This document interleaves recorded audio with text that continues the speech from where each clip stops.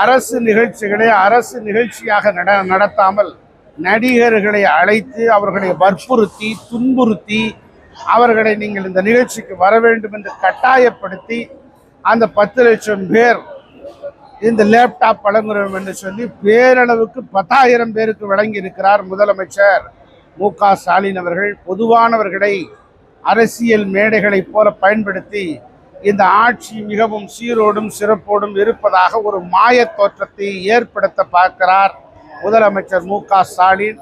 பொதுவானவர்களை, அதுவும் திரைத்துறையினரை இது போன்ற நிகழ்ச்சிகளை பயன்படுத்துவது மக்களுடைய அதிருப்தியைத்தான் இவர்கள் சம்பாதிக்கும்.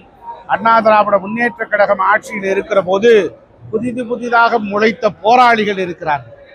புதிதாக முளைத்த போராளிகள் எல்லாம் இந்த திமுக ஆட்சியில் இருக்கிற கடுமையான சட்ட ஒழுங்கு சரிவிலிருந்து, ஊழலிலிருந்து, அமைச்சர்களுடைய மிகப்பெரிய ஊழலிலிருந்து எங்கே இவர்கள் அதையெல்லாம் சுட்டி காட்ட தவறிவிட்டார்கள் அந்த பழைய போராளிகள் என்கிற கேள்வி எழுந்திருக்கிறது.